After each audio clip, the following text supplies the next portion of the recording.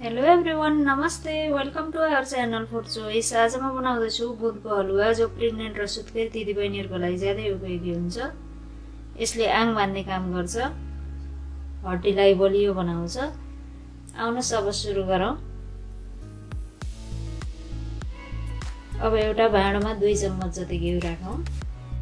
अब यो घिउलाई हल्का तात्न दिउँ। अब यसमा म राख्दैछु बदाम। यो बदामलाई मैले लाम्चो गरेर काटेको छु।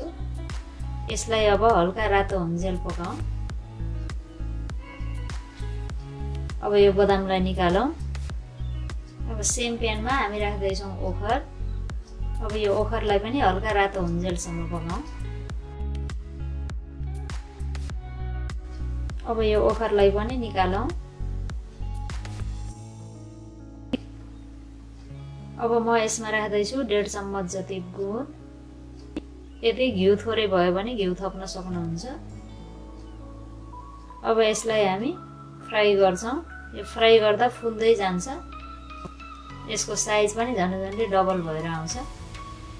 अब यसलाई हल्का रातो हुन्जेलसम्म भुटौं। यो गुद रातो पनि देखिएको छ। अब यसलाई निकालौं। यदि हजुरहरु विदेशमा बस्नुहुन्छ भने यो गुद इन्डियन स्टोरमा सजिलै पाउन सकिन्छ। अब हामी हलुवा पकाउनतिर लागौं। मैले राखे 4 चम्मच जति घिउ। अब यो घिउलाई हल्का तात्न दिउँ। अब म यसमा राख्दैछु सुजी। यो 1 कप भन्दा थोरै कम छ सुजी। अब यसलाई राम्ररी चलाइदिउँ। अब यो सुजीलाई हामीले चलाउँदै मिडियम हिटमा रातो हुन्जेलसम्म भुट्नु पर्छ। अब यो हाम्रो सुजी इनफ रातो भयो। अब यसमा म राख्दैछु पानी। 1.5 कप जति पानी राखेँ मैले। अब यसलाई चलाइदिउँ।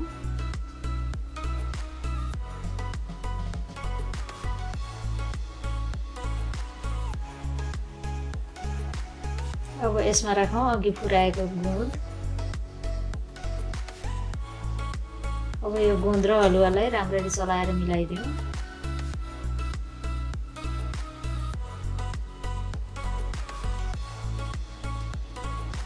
अब यसमा म राख्दैछु चिनी।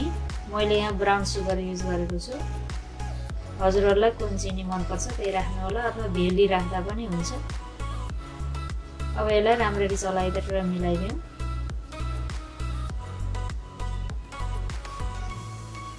अब यो हलुवालाई हामीले ढाकेर 10 मिनेट जति मिडियम हिटमा पकाउँछौं। अब खोलेर हेरौँ। अब म यसलाई चलाउँदैछु।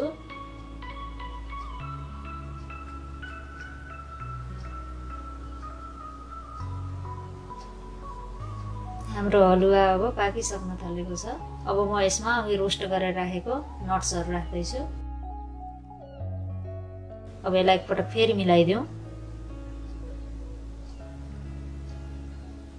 अब यसलाई ढाकेर हामी 7 मिनेट जति लो हिटमा पकाउन राख्छौं। अब खोलेर हेरौँ। हलुवा एकदम पर्फेक्ट देखिएको छ।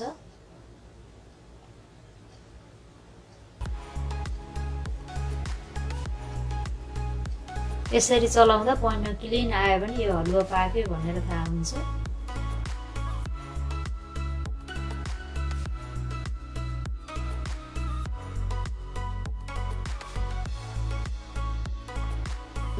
आशा छ यहाँलाई आजको यो भिडियो मन पर्यो होला। यदि मन पर्यो भने लाइक र सब्स्क्राइब गरिदिनु होला। Thank you for watching. See you next time. By.